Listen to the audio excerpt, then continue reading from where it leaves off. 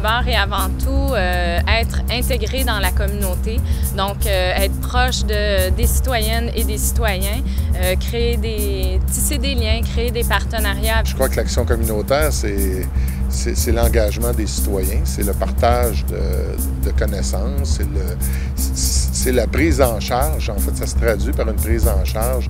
Pour moi, c'est d'être déjà en partant au service des autres. C'est un organisme qui est dédié au service des autres. Et ceux qui y travaillent ou qui s'y impliquent bénévolement ont cette même envie de changer la société, de transformer leur milieu.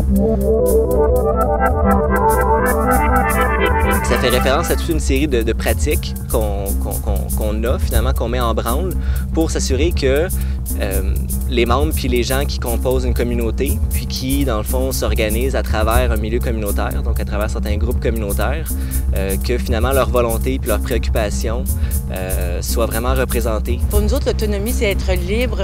En fait, c'est le droit à l'autodétermination. Fait que ça se traduit autant quand tu es une femme féministe que quand tu es un groupe communautaire. Alors, on détermine notre mission, nos activités, nos services, nos mandats, en fait, sans pression de qui que ce soit.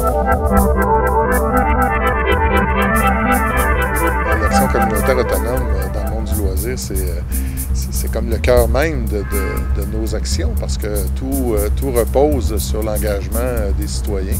Donc, à partir de là, chacune des organisations, que ce soit au niveau national, que ce soit au niveau régional, que ce soit au niveau local, même les clubs ou les groupes de citoyens qui se regroupent sur des thématiques.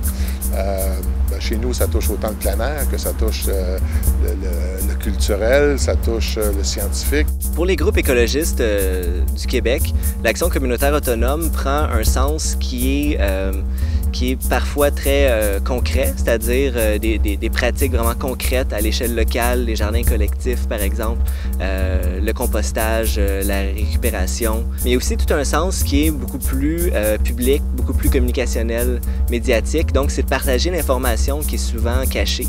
Donc les groupes écologistes vont promouvoir des façons de faire qui sont différentes, des alternatives.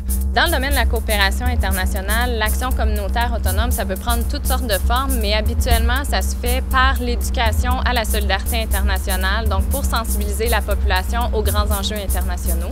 Puis ça peut prendre toutes sortes de facettes, de formes. Ça peut être, par exemple, en faisant des émissions de radio, des ateliers dans les écoles secondaires ou en ayant des rencontres interculturelles. L'action communautaire autonome, c'est aussi œuvrer au bénéfice des personnes gays, lesbiennes, bisexuelles, transsexuelles et transgenres.